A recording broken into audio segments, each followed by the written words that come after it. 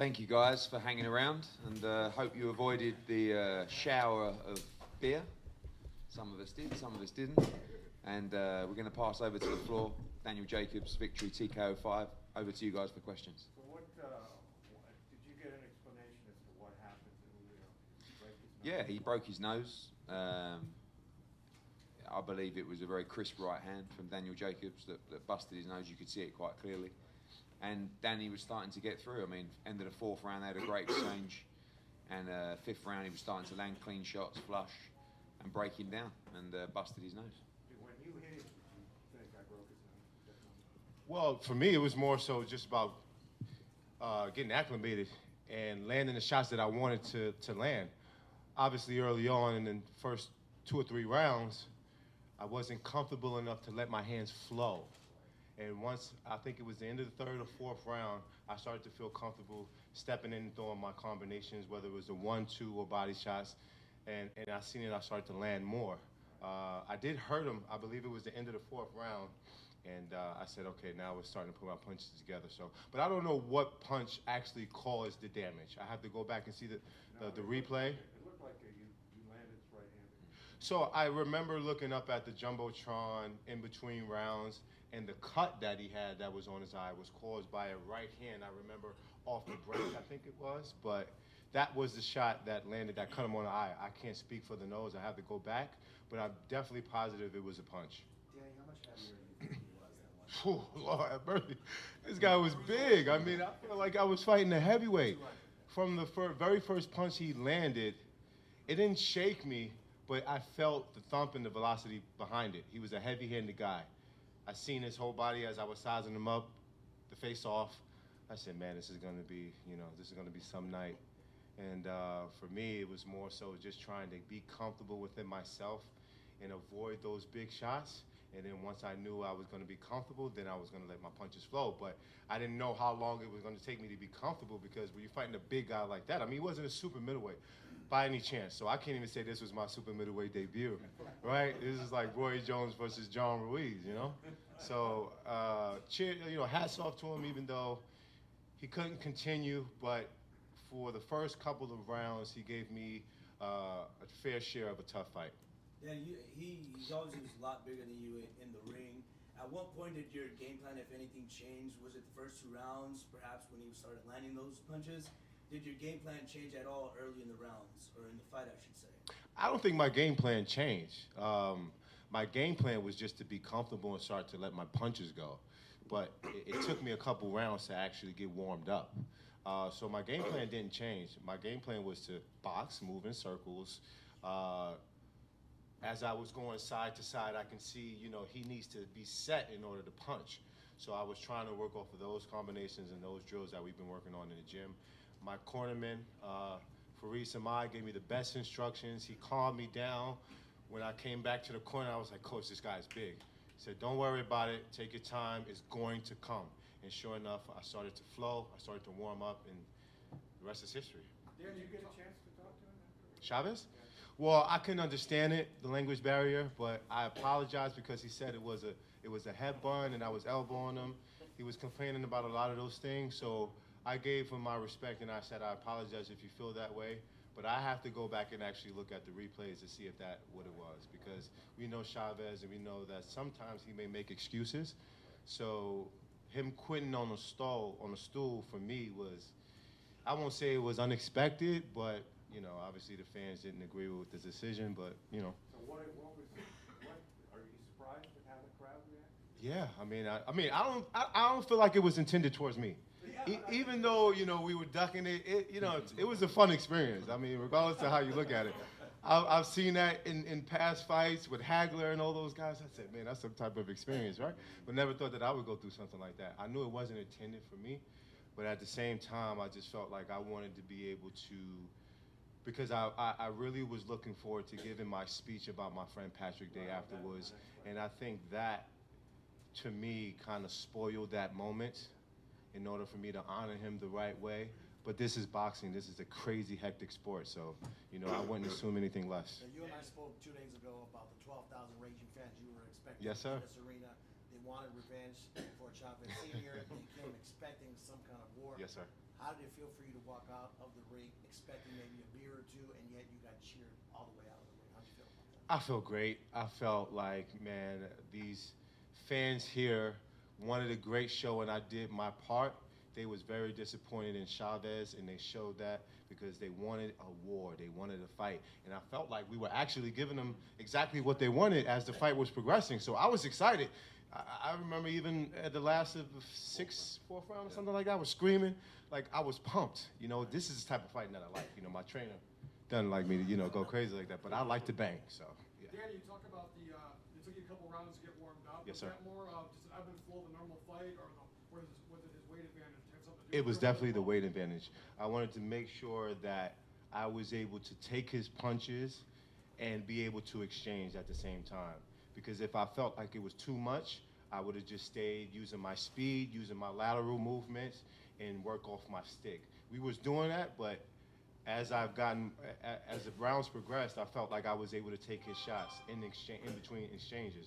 So that's why I felt comfortable to throw heavier shots and land and brawl with him. When did you see his footwork become a disadvantage? We could see he had to sit tight and throw punches. Yes, sir. When did you see that happening for you? I think it was about the third or fourth round as I was doing my side-to-side movements. I said, okay, he needs to set to punch, and he was only throwing punches when I was close to the back of to the ring, or the ropes rather. Eddie, what happens to Julio? Yeah, it's a shame because we got 5 great rounds, and he was boxing well. I mean, he had a big advantage because of the weight, but as you saw from the reaction for the fans, the one thing Mexican fans won't tolerate is quitting.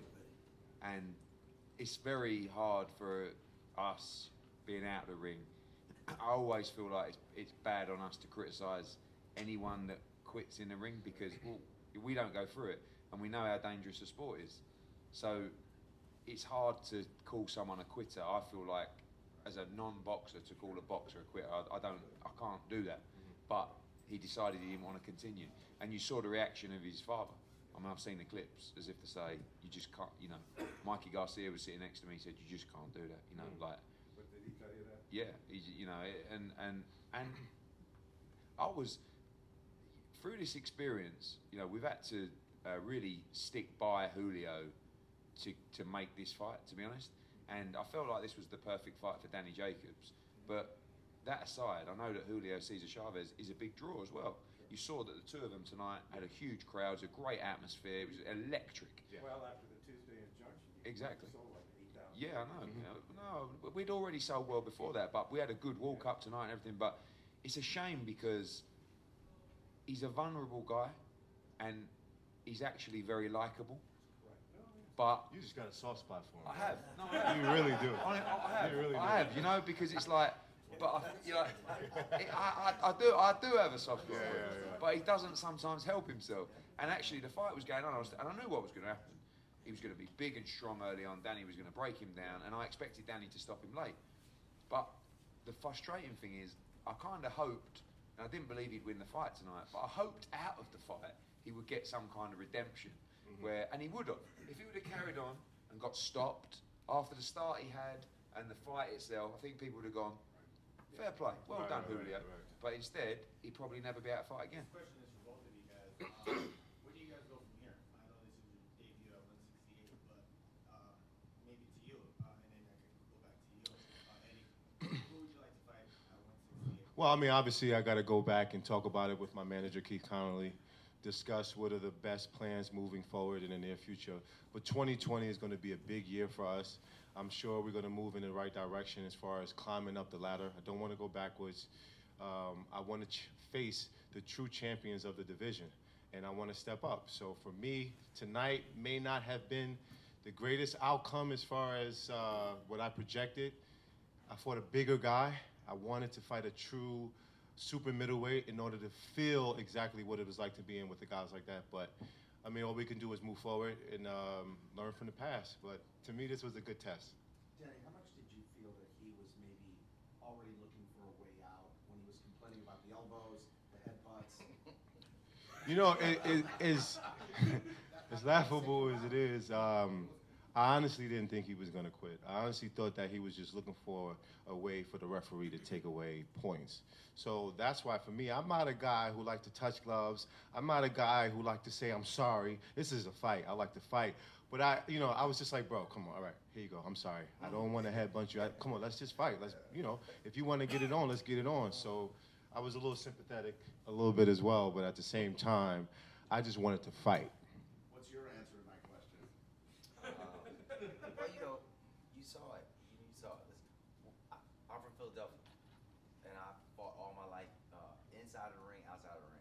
When the person that's, okay, when you get into a fisticuff, the person that's staying straight up is the one that's bitching out because you know he's going to get hit. So the person that's starting to talking to the refs and talking about what's going on, he's looking for a way out. I'm sorry, I just got to keep it straight. Yes, sir. With the injunction, change in venue, and missing weight by 5 pounds, Whew. how were you able to block out all the external noise? Well, I mean, nothing was directed towards me. It was smooth sailing for me. I think all the pressure was on him, and he embarrassed himself. He was very unprofessional. And to me, I just think that it just added more fuel for me because I felt like everyone was actually looking forward to me performing well because it was just like, here Chavez go with another episode, right? So I don't think it was any pressure on me. It was more so, like I said, just getting acclimated and feeling my way into the super cruiser heavyweight division. Eddie, you guys travel all over the world. You guys have done shows everywhere. The atmosphere here since the week started Wow. was Yeah. pretty awesome, Yeah. right? Does this deter you from coming back? No.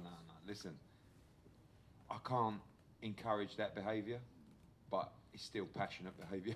I know it sounds bad, but we want that, and you can't have people that react the way they do on the ring walks with a noise and let's get ready to rumble and with a Mexican flag and then expect them, if they lose like that, just to go, oh, well, okay. That's the passion in them. They shouldn't have framed stuff, of course. But one guy does it, then 6 guys do it, then 46 guys do it, then 672 people do it, and we end up having an early bath. But I've never experienced anything like that. I've experienced a sort of, I can't call that a riot because there was no fighting. It was just people throwing beers. Like in England, they just fight. Yeah, no, but that was nothing. Trust me, I've seen 1,000 people fighting in a crowd. But it was just, chairs, everything. But it was just passionate people. And, they got a good show, a good card. The flyweight fight was sensational. And we got 5 good rounds. But unfortunately, they wanted another 7. Or they wanted someone to go out on their bum. But, the same thing happened to his father here 2 decades ago against Costa in a good wars. They threw. I guess they say history repeats itself, right? Yeah.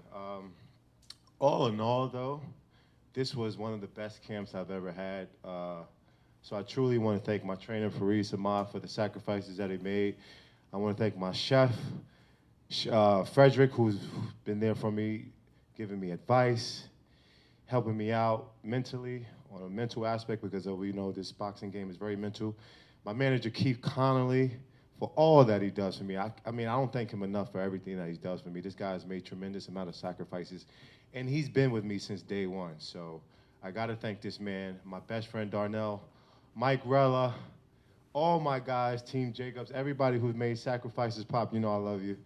Everybody who's made sacrifices and been there with me, because it takes a team to have a collective mind in order to make sacrifices for the end goal and the end results to be successful. And everybody made their sacrifices, so I want to thank everybody. I love you guys. Jacob, 2 totally different boxers, Canelo and Chavez. Say that one more time. 2 totally different boxers, Canelo and Chavez. Yeah, 2 totally different boxers, correct, yeah. Yeah, You want me to elaborate? well, Okay, well, they were definitely 2 totally different boxers. But at the same time, I'm a professional, and it's all about adjusting. Canelo was passive-aggressive. He was more of a counterpuncher. And Chavez really just had to come forward, play on his feet, but he was a bigger guy. So it was 2 totally different fights. Both fighters I respect. Both fighters came in there to win. And for me, it was a learning experience on both ends. And now I just take the experience that I have and move forward with it and try to be the best fighter I can be in the future. This is for Danny afterwards, Eddie. Yeah. How different was it? Because you didn't really know until this week who you were fighting, and then Eddie was to say to Danny's character that he really, stayed professional through all this one. He really didn't know like who he was going to fight until this week. Well, on my side, he's a consummate professional. I mean, he's been in the game a long time. He knows exactly what he's doing. He just kept his head down, trusted in hopefully me and Keith that everything would be fine. We went the extra yard to make sure Rosado was on the card. He knew all along. Keith knew that if anything went wrong with that fight, Rosado was going to be ready to jump in. He nearly jumped in after the weigh-in yesterday, and Danny was just a professional. I think as the weeks went on, we knew that Chavez was going to be in the fight. There was no doubt for us 2 weeks out. It was earlier than that, with all the stuff with Nevada Commission. But as it got closer and closer, I think started to realise that he was the guy. And I think he wanted to fight him. He could have turned his back yesterday. I mean, a lot of fighters with nearly a 5 pound difference would have said, no. I mean, you saw one recently with Emmanuel Rodriguez. He pulled out the Louis Neri fight. It was 1 pound. And he said, I don't want any money. I'm not doing it.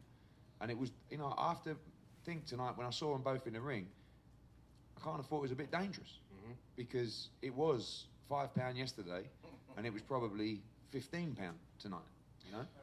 Yeah, so, but that was part of the obstacle that Danny had to overcome and actually made the fight a lot closer. Way more interesting. Yeah, it did. It made the fight. It did make the fight more interesting because I believe at 68, Danny would have, he wouldn't have given him a chance to turn it in on his stall. Eddie, did Rosado end up fighting after? Yes, he's just finished. I believe. He's still going. Is there anyone in the crowd out there? All right, we gotta hurry up because I want to go out there and cheer Rosado on, man. I feel bad for the guy. He needs some fans out there. The venue said, I think we should leave it, and the commission were like, I don't think. Do you want to carry on? I said, yeah, absolutely.